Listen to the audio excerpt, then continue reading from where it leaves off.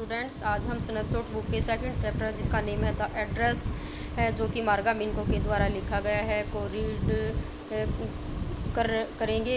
तो इस चैप्टर को हमने यहाँ तक रेगुलरली तक रीड कर लिया था। अब हम इसको कंटिन्यू करेंगे। तो शुरू करते हैं इस चैप्टर को। Every time she lives here the take sometimes home with her said my mothers. वह जब भी यहाँ से जाती हर बार अपने साथ कोई ना कोई चीज़ ले जाती, मेरी मदर ने कहा। She took all the table silver in one go.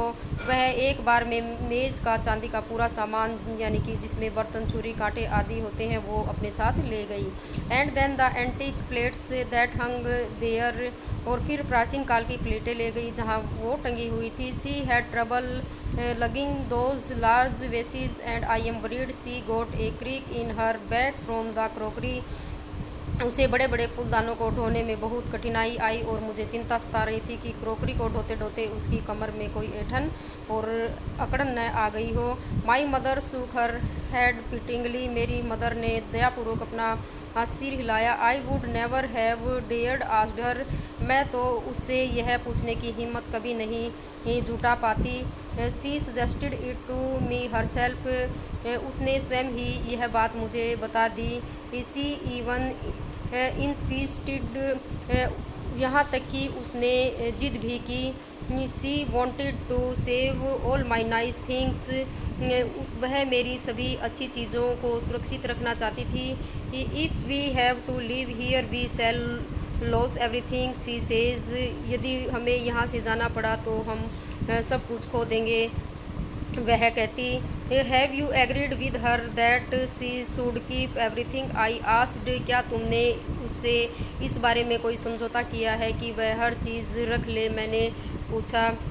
As if that's necessary my mother cried. क्या यह ज़रूरी ही था, मेरी मदर चीख कर बोली। It would simply be an insult to talk like that. ऐसी बातें करना उसका अपमान करना होता। And think about the risk she is running each time she goes out of the door with a full suitcase और ए बैग। क्या यह ज़रूरी था, मेरी माँ चीख कर बोली। और उसके लिए ऐसी बातें करना अपमान होता। और उस जोखिम के बारे में सोचा जो वह हर बार हमारे दरवाजे से बाहर सूटकेस या बैग ले जाते समय उठाती हैं।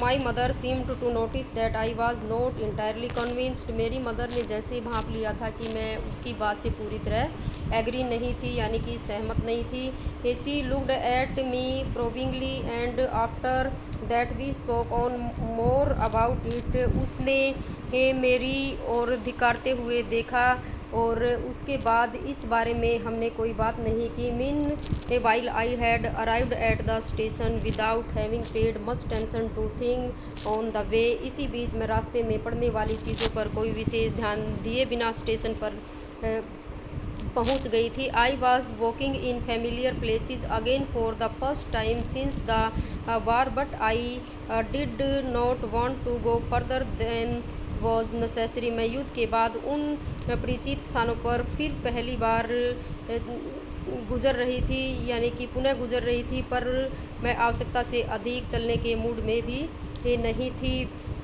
आई did not want to upset myself with the sight of street and houses full of memories from precious time. मैं उस कीमती समय की यादों से भरी सड़कों और घरों को देखकर स्वयं को दुखी, यानी कि परेशान नहीं करना चाहती थी, अपने आप को परेशान नहीं होने देना चाहती थी। In the train back I saw Mrs Darling in front of me again as I had the first time I met her. गाड़ी में लौट कर मुझे श्रीमती डॉर्लिंग की वह झलक, यानी कि उसकी जो छवि थी, वो दिखाई दी जैसे मैंने पहली बार मिलने पर देखी थी।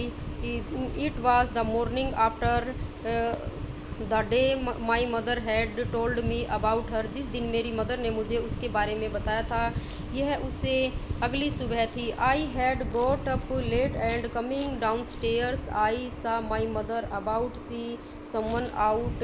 मैं देर से सोकर उठी तथा सीढ़ियों से नीचे उतरते हुए मैंने देखा कि मेरी मदर किसी महिला को विदा कर रही थी। A woman with a broad back, एक महिला चौड़ी पीठ या कमर वाली थी। There is my daughter said my mother, से वह मेरी बेटी है, मेरी मदर ने बताया। She beckoned to me, उसने यानी कि मदर ने मेरी तरफ इशारा किया।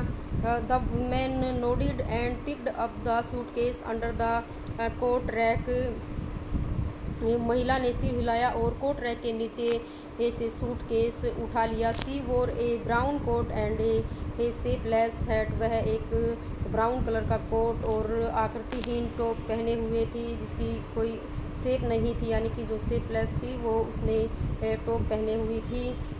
Does she lives far away, क्या वह बहुत दूर रहती है? I asked seeing the difficulty she had going out of the house with the heavy case, क्या वह बहुत दूर रहती थी? मैंने उससे पूछा जब मैंने महिला को भारी यानी कि जो हैवी बॉक्स के साथ कठिनाई पूर्वक घर से बाहर निकलते देखा। In Marconi street said my mother, Marconi street में मेरी मदर ने कहा। नंबर 46, रिमेंबर दैट, नंबर 46 याद रखना। आई हैड रिमेंबर्ड इट, मैंने यह याद रखा था। But I had waited a long time to go there, पर मैंने वहाँ जाने के लिए लंबा इंतज़ार किया था। Initially after the liberation I was absolutely not interested in all that stored stuff and naturally I was also rather afraid of it, आज़ादी के बाद प्रारंभिक दिनों में मेरी उन संग्रहित चीज़ों में कोई रुचि नहीं थी और स्वाभाविक रूप से मुझे उनसे डर भी लगता था। Afraid of being confronted with things that had belonged to a connections that no longer existed, which were hidden away in cupboard and boxes and waiting in vain until they were put back in their place again, उन चीज़ों के में से सामना करने का डर जिनका संबंध उस मदर से था जो अब इस दुनिया में नहीं थी, वे चीज़ें जिन्हें अलमारियों में और डिब्बों में छिपा कर रख दिया गया था, जो व्यर्थ ही उनके यथास्थान पुनः रखे जाने की प्रतीक्षा यानी कि उनका इंतज़ार कर रही थी। Which had endured all those years because they were things, और जिन्हें इन इतने सालों तक मात्र इस कारण से ही सुरक्षित रखा गया था क्योंकि वे निर्जीव वस्तुएं थी। But gradually everything became more normal again, परंतु धीरे धीरे सब कुछ सामान्य हो गया। Bread was getting to be a light colour, there was a bed you could sleep in unthreatened, a room with a view, you were more used to glancing at each day. Double रोटी फिर से हल्के रंग की हो गई, मतलब भोजन मिलना आसान हो गया। एक बिस्तर जिस पर आप बिना किसी डर के सो सकते थे, एक कैमरा जिसका नज़ारा आपको प्रतिदिन देखने की हैबिट पड़ चुकी थी यानी कि उसकी हैबिट पड़ गई थी। And one day I noticed I was curious about all were more used to glancing at each day, और एक दिन मैंने गौर किया कि मेरा मन उन सभी वस्तुओं के लिए, उन सभी चीज़ों के लिए उत्सुक था जिन्हें अब उसी घर में होना चाहिए था। I wanted to see them touch remembers, मैं उन्हें देखना, छूना और याद करना चाहती थी। कि after my first visit in vain to Mrs Darling house I decided to try a second time, श्रीमती डॉर्लिंग के घर पर मेरी पहली निष्फल कोशिश के बाद मैंने दोबारा कोशिश करने का डिसीजन लिया यानी कि निर्णय लिया। Now a girl of about 15 open the door to me, इस बार एक 15 ईयर्स यानी कि 15 वर्षीय लड़की ने दरवाज़ा खोला।